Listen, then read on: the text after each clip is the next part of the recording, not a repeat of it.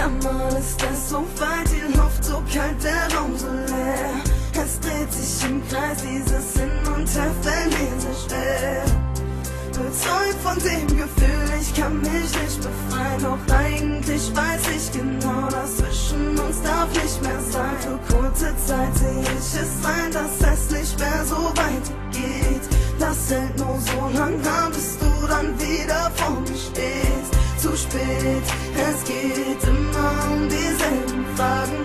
Der Schmerz vergeht und ich hör dich wieder sagen: halt zu mir, glaub mir nicht, lieber als das.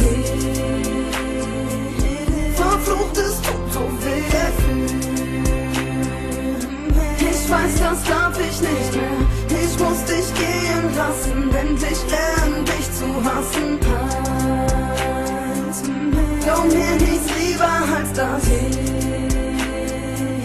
Verfluchtes tut so weh. Ich weiß, das darf ich nicht mehr. Ich muss dich gehen lassen, endlich lernen, dich zu hassen. So wie ein Trost, meine Augen öffnen sich. Du liegst hier neben mir, streichelst zärtlich mein Gesicht.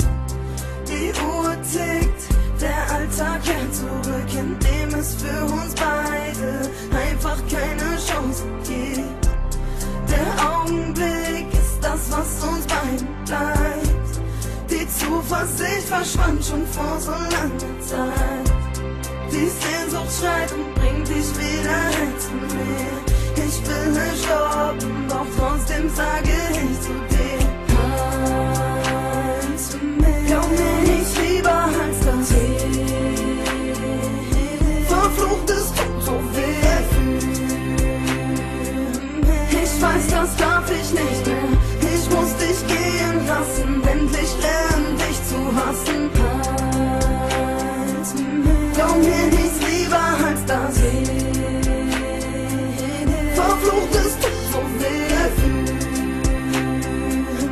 Ich weiß, das darf ich nicht mehr. Ich muss dich gehen lassen, endlich lernen, dich zu hassen. Hassen,